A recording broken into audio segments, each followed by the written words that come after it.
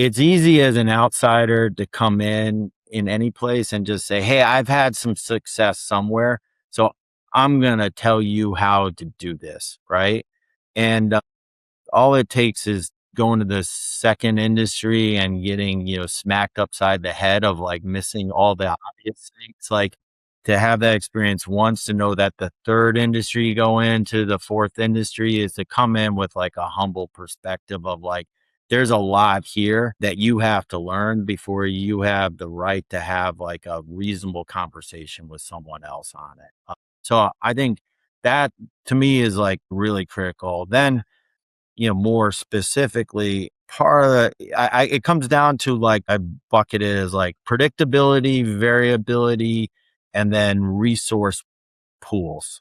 So, is there predictability? Like, are you a surgery center where like, hey, you can't just walk in? Like, is there variability where like a job is a job or is it not? And so when in automotive, you have unpredictability and you have lots of variability. So you have to have tools to address it. But then resource pools are really critical too, of like, okay, like surgery centers, although they run like clockwork, the resources for it are tremendous. You have like pre-op rooms, operating room, post-op. You have, anesthesiologists. You have like nurses for pre-op. You have nurses post-op. You have people in the operating room, equipment, right? So it's a lot of resources coming to bear.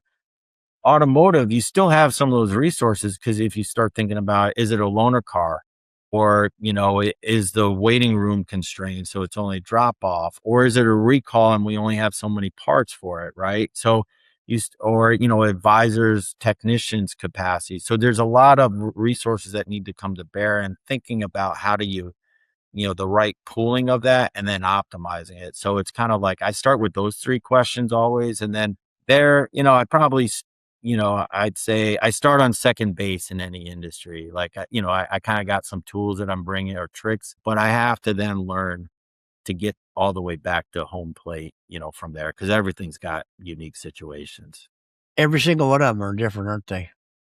Yeah. Yeah. But, I think that's kind of what makes it fun, is like, it's almost like meeting someone, from a different part of the world. I always find it's fun is like, what do you find it's common, that's cool. And then what do you find that's like different, about your experiences? And that's cool too. So it's kind of like the same way, is like the mix of that.